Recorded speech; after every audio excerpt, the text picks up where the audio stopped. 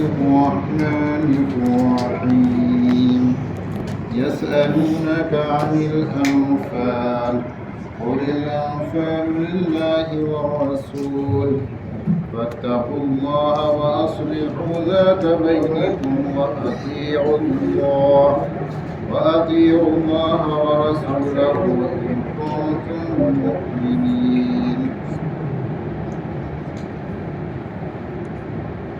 سورۃ الانفال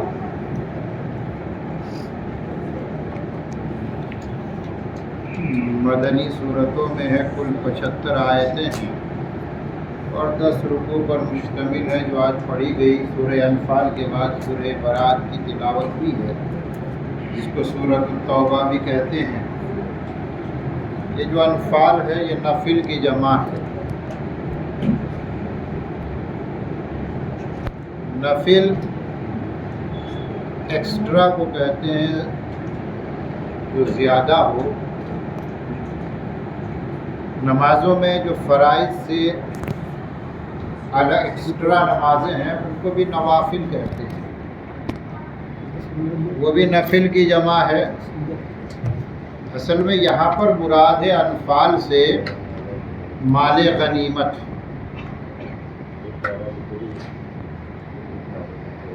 لڑائی کے موقع پر دشمن سے جو مال حاصل ہوتا ہے اس کو مال غنیمت کہتے ہیں اور اسی کو انفال کہا گیا. کیونکہ مجاہد جب اللہ کے راستے میں جہاد کرتا ہے تو مال اس کا مقصد نہیں ہوتا ہے. جہاد کا مقصد ہے اعلاء کلمۃ اللہ، اللہ کے کلمے کی سربلندی. اور مال اگر مل جائے تو مال ایک اضافی چیز ہے.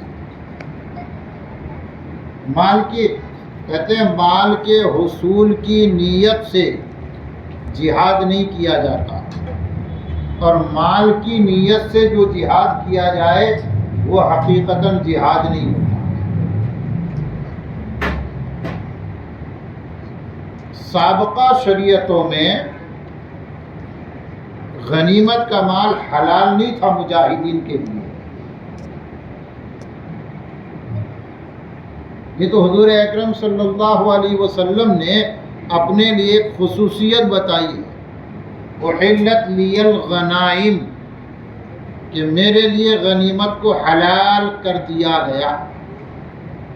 ورنہ پہلی امتوں میں کیا ہوتا تھا کہ جہاد کے بعد مال جمع کیا جاتا تھا اور کسی اونچی جگہ پر اس مال کو رکھ دیا جاتا تھا. آگ آتی تھی اور وہ مال جل جاتا تھا. مجاہدین خوش ہوتے تھے یہ سوچ کر کہ اللہ تعالیٰ نے ہمارے جہاد کو قبول کر لیا. اور اگر مال پڑا رہ جاتا تو پھر توبہ و استغفار کرتے تھے. حضور اکرم صلی اللہ علیہ وسلم نے اپنی خصوصیت بتاتے ہوئے فرمایا کہ میرے لیے غنیمت کا مال حلال کیا گیا. شروع میں غنیمت کے مسئلے کے بارے میں، یہ جو غنیمت کا مال اب یہ ہے کہ تقسیم کیسے ہوگا. شروع میں تو یہ کہہ دیا گیا اس آیت میں کہ غنیمت کے مال پر کوئی حق نہ جتلائے. غنیمت کا مال اللہ اور اللہ کے رسول کا ہے، یعنی رسول اللہ جس کو جس طرح دے، تقسیم کرنے کا حق رسول اللہ کا ہے. اس میں مجاہدین کا کوئی حق نہیں بنتا. پھر بعد میں وہ آیت آئی 10ویں پارے کی جہاں سے شروعات ہوتی ہے، وَاعْلَمُوا أَنَّمَا غَنِمْتُم مِّن شَيْءٍ.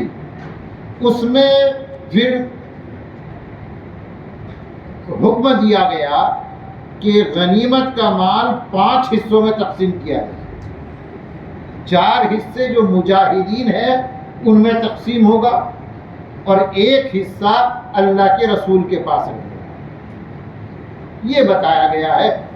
آگے کی جو آیت ہے وہ سمجھنے کی کوشش کرتے ہیں جس میں مومنین کے اوصاف بتائے گئے ہیں، اور دعا کرنی چاہیے کہ اللہ تعالیٰ ان صفتوں کا حامل مجھے اور آپ کو بنا دے. اگر ہم ایسے، کیونکہ دیکھیے مومن 2 طرح کے ہیں. ایک تو قرآن کا بیان کردہ مومن، قرآن جس کو مومن کہتا ہے، اور ایک عرف عام میں جس کو مومن سمجھا جاتا ہے، بہت بڑا فرق ہو گیا ہے۔ کوشش یہ کرنی ہے کہ ہم کون سے مومن بنے؟ قرآن میں جن کو مومن کہا گیا ہے، اور قرآن میں مومن کے جو صفات بتائے گئے ہیں ان صفات کے حامل مومن بنے۔ مثال کے طور پر یہاں مومنین کے احوال بیان کیا ہوئے ہیں، دیکھیے۔ سب سے پہلا حال مومن کا بتایا گیا، انما المؤمنون الذین اذا ذکر اللہ وجلت قلوبهم۔ مومن وہ ہے کہ جب اللہ کا ذکر کیا جائے تو ان کے دل میں لرزہ طاری ہو، خوف طاری ہو۔ مومن اللہ کا نام سنے اور اس کے دل میں ڈر اور خوف پیدا نہ ہو، کہتے یہ تو ہو ہی نہیں سکتا ہے، کیونکہ مومن کے دل میں اللہ کی عظمت ہوتی ہے، اور اللہ کی عظمت سے مومن کا دل اس قدر بھرا ہوا ہوتا ہے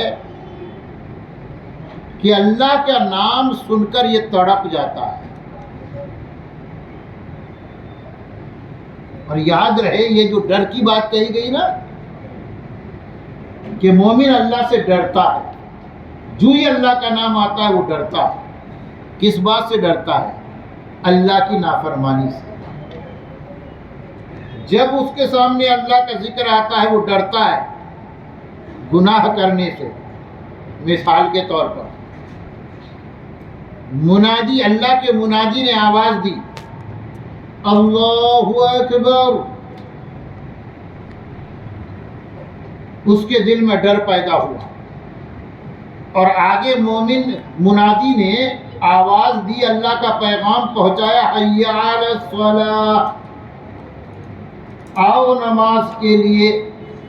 اللہ کا نام سن کر مومن کے دل میں ڈر ایسا پیدا ہوا کہ اس کے لیے ناممکن ہو گیا کہ اللہ کا منادی بلائے اور میں نہ جاؤں،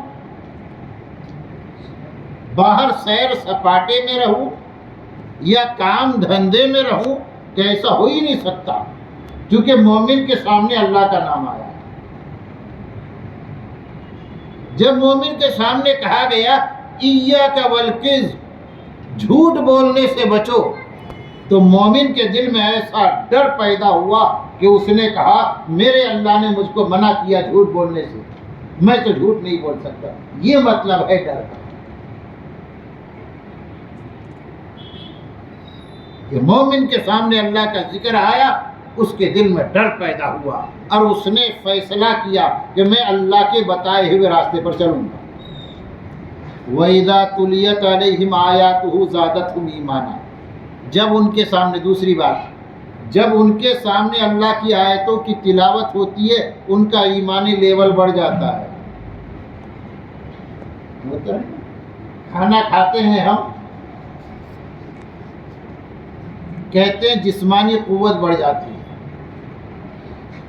وٹامن کی گولی لی ہم نے تو ہمارے اندر ایک طاقت کا احساس پیدا ہوا کہ نہیں، انرجی آ گئی۔ ہمارے لیے ایمان کا سب سے بڑا سورس وہ قرآن کریم ہے۔ جب قرآن کریم کی آیتیں پڑھی جاتی ہے تو مومن کے ایمان کے لیول بڑھ جاتا ہے۔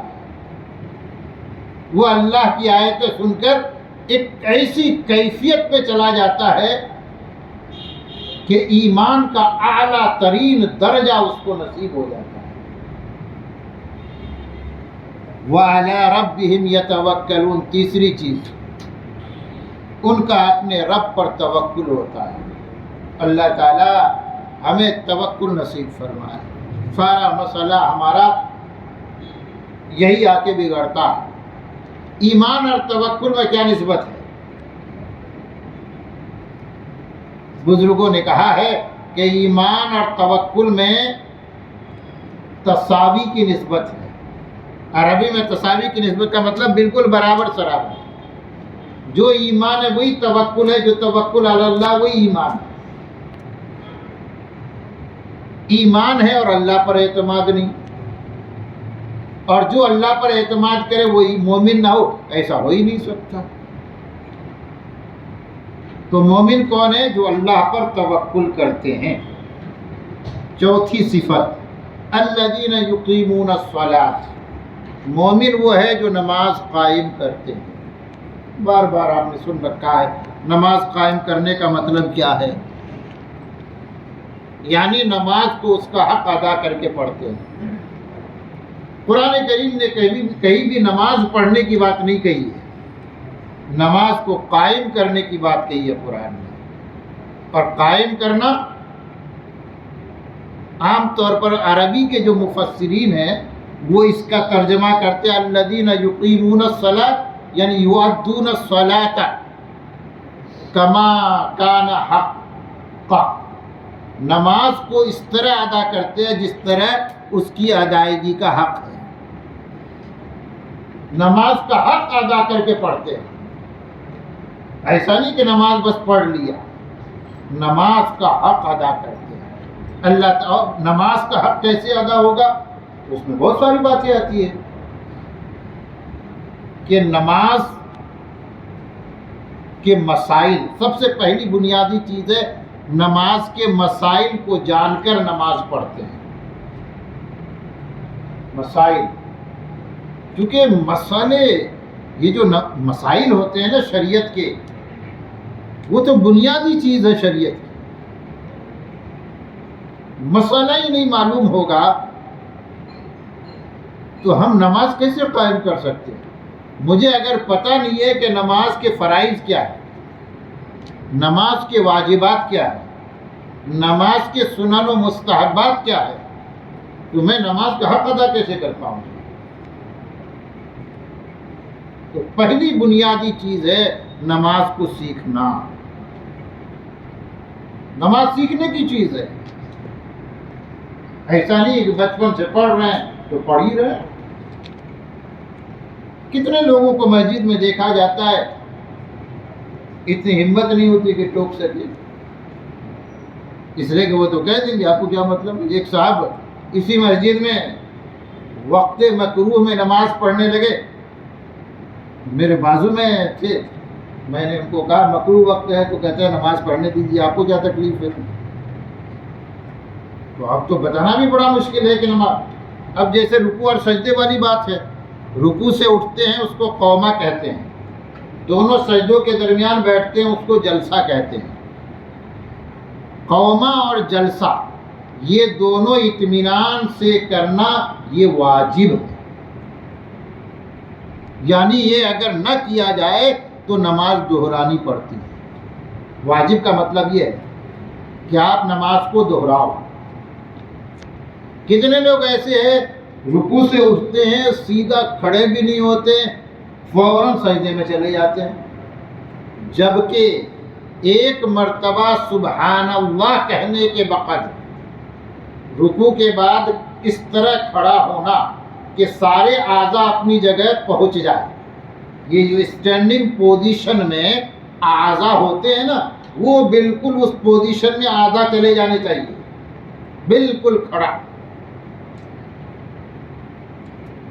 اگر کہتے آدمی پورے طور پر کھڑا نہیں ہوا، سجدے میں چلا گیا، واجب چھوٹ گیا۔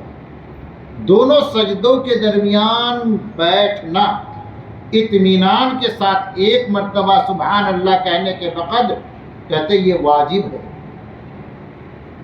تکبیر تحریمہ قیام کی پوزیشن میں ضروری ہے۔ امام صاحب کبھی رکوع میں ہوتے ہیں، آدمی دوڑا دوڑا آتا ہے، وہ جھکتا ہوا سیدھا اللہ اکبر کہہ کر چلا جاتا ہے رکوع میں۔ اگر آدمی کھڑے ہو کر اللہ اکبر نہیں کہا اور جھکتے ہوئے اللہ اکبر کہا تو اس کی نماز نہیں، کیونکہ وہ قیام کی پوزیشن میں نہیں تھا جب اس نے تکبیر تحریمہ اللہ اکبر کہا۔ نماز تو یہ فرائض ہے، شرائط ہے، واجبات ہے، یہ سیکھنا پڑتا ہے۔ اللہ تبارک و تعالیٰ توفیق عطا فرمائے۔ تو مومن وہ ہے جو نماز قائم کرتے ہیں، نماز کا حق ادا کرتے ہیں۔ پانچ چھٹی صفت وَمِمَّا رَزَقْنَاهُمْ يُنْفِقُونَ، اور اس میں سے جو ہم نے ان کو دیا ہے خرچ کرتے ہیں، اللہ کا دیا ہوا اللہ کے راستے میں خرچ کرتے ہیں۔ اللہ کا دیا ہوا جو بھی رزق اللہ نے دیا ہے اللہ کے راستے میں خرچ کرتے ہیں۔ اولئک هم المؤمنون حقا، یہی لوگ سچے مومن ہیں، یہ لوگ سچے مومن ہیں۔ اس کا مطلب جن کے اندر یہ بات نہیں ہے وہ سچے مومن نہیں، حقیقی مومن نہیں ہے۔ لہم درجات عند ربہم، اور ایسے سچے مومنوں کے لیے ان کے رب کے پاس درجے ہیں، مغفرت ہے، عزت کی روزی ہے۔ اللہ تبارک و تعالی ہمیں یہ عطا فرمائے۔ اس کے بعد کی آیتوں میں یہ جو سورہ انفال ہے اس میں ایک لمبا تذکرہ غزوہ بدر کا ہوا ہے۔ ہم دیکھتے ہیں غزوہ بدر کا بہت تفصیل کے ساتھ واقعہ، غزوہ بدر کو بڑی اہمیت کے ساتھ دو تین لڑائیاں ہیں جو قرآن نے بہت تفصیل کے ساتھ بیان کی ہے۔ ایک غزوہ بدر ہے، غزوہ احد ہے، اور آخری غزوہ تبوک کا تذکرہ قرآن کرتا ہے۔ غزوہ بدر کو تفصیل کے ساتھ اس لیے ذکر کیا گیا، ایک تو پہلی لڑائی تھی سن 2 ہجری رمضان کے مہینے میں، 17 رمضان کی تاریخ بتائی جاتی ہے، لوگوں نے آگے پیچھے بھی بتایا ہے، لیکن رمضان میں یہ لڑائی ہوئی ہے۔ دیکھیے یہ لڑائی جو ہوئی ہے لڑائی کے نیت سے نہیں ہوئی ہے۔ مسلمانوں کو پتہ چلا کہ ابو سفیان رضی اللہ تعالیٰ عنہ، لیکن اس وقت تک مسلمان نہیں ہوئے تھے بلکہ کافروں کو مکے میں لیڈ کر رہے تھے، لیڈر وہی تھے۔ ان کا ایک قافلہ گیا تھا تجارت کے لیے جو یمن اور شام کے طرف یہ جایا کرتا تھا۔ مشورہ یہ ہوا تھا کہ اس بار جتنا نفع ہوگا وہ سارا کے سارا قومی مفاد میں جمع کر دیا جائے گا، اور قومی مفاد کا مطلب مسلمانوں کے خلاف ہتھیار وغیرہ خریدے جائیں گے۔ وہ لشکر واپسی کا راستہ مدینے سے ہو کے گزرتا تھا۔ طے یہ ہوا کہ اس قافلے کو روکنا چاہیے۔ آنن فانن 313 صحابہ تیار ہوئے، ساتھ میں ہتھیار بھی نہیں، ضرورت بھی نہیں تھی کیونکہ قافلے ہی کو روکنا تھا۔ لیکن ابو سفیان جو ہے ان کو اطلاع مل گئی اور وہ دوسرے راستے سے بحفاظت نکل گئے۔ مکے والوں کو خبر دی گئی، مکے والوں نے تقریباً 1000 سے زیادہ نفری تیار کر کے کہتے ہیں اپنے قافلے کی حفاظت کے لیے وہاں سے روانگی ہو گئی۔ ایک لشکر جرار کی شکل میں ان کے پاس سارے اسباب وسائل موجود۔ اب وہ ادھر سے آ رہے ہیں، اب مسلمانوں کے سامنے عجیب صورتحال تھی، لشکر سے مقابلے کی بات نہیں تھی، قافلے کو روکنا تھا، قافلہ چلا جا چکا ہے۔ مشورہ ہوا کیا کرو گے؟ طے یہ ہوا کہ ہم اس لشکر کا مقابلہ کریں گے۔ مسلمان بھی آگے بڑھے تھے۔ بدر مکہ اور مدینے کے درمیان وہ بدر کا میدان ہے، بدر اصل میں ایک کنویں کا نام ہے، اس کنویں کی نسبت سے پورا جو فیلڈ ہے وہ بدر کا میدان کہلاتا تھا۔ وہاں کافروں کا لشکر پہلے پہنچا، مسلمان بعد میں پہنچے۔ ہر اعتبار سے جو ہے مناسب صورتحال دشمنوں کی تھی، اونچائی پر انہوں نے پڑاؤ کیا، مسلمانوں کو جگہ نشیب اور ڈھلان کی طرف ملی، اور جنگی صورتحال کے اعتبار سے یہ بہت مائنس پوائنٹ تھا مسلمان، کیونکہ اوپر سے حملہ کرنا آسان ہوتا ہے اور نیچے سے دفاع حملہ کرنا بہت مشکل ہوتا ہے۔ کنویں پر انہوں نے آ کے قبضہ کر لیا تو پانی کی تو ضرورت پڑتی ہے، قیام کریں گے تو پانی، تو ان کے لیے تو پانی کا انتظام ہو گیا۔ اب مسلمانوں کے لیے بہت مشکل مسئلہ تھا۔ خیر اللہ تعالیٰ نے مدد کا فیصلہ کیا، رات میں بارش ہو گئی، مسلمانوں نے وہ جو ریتیلی حصہ تھا وہاں پر قیام کیا تھا، بارش ہونے کی وجہ سے ریت جم گئی، چلنا پھرنا آسان ہو گیا۔ وہ ادھر جو مٹی تھی تو مٹی وہ پورا کیچڑ میں بدل گئی، چلنا پھرنا ان کے لیے دشوار ہو گیا۔ مسلمانوں نے گڑھا کھود کر پانی جمع کر لیا، پانی کا علاج ہو گیا۔ خیر مختصر یہ ہے کہ لڑائی ہوئی، اللہ تبارک و تعالیٰ نے اس پہلی لڑائی میں مسلمانوں کو فتح مبین عطا فرمایا۔ یہاں سے تاریخ نے رخ موڑا۔ اب تک ستائے جا رہے تھے، مغلوب حال میں تھے، اللہ تبارک و تعالیٰ نے حال کو یہاں سے بدلا اور بہت بڑی جیت حاصل کر کے یہ واپس لوٹے ہیں۔ جگہ جگہ کس طرح اللہ تعالیٰ کی مدد ہوئی قرآن نے اس کو بتایا ہے۔ کہتے ہیں ایک جیسا کہ دیکھیں اللہ کس طرح مدد کرتا ہے۔ رات کا وقت ہے، دشمنوں کو دیکھا گیا ان کی تعداد بہت زیادہ، ان کے پاس ہتھیار بھی ہے، صبح لڑائی شروع ہونی ہے۔ اللہ تبارک و تعالیٰ نے یہ مدد فرمایا کہ اذ یغشیکم النعاس امنۃ منہ، رات میں یہ 313 مسلمان خوب مزے کی نیند سوئے۔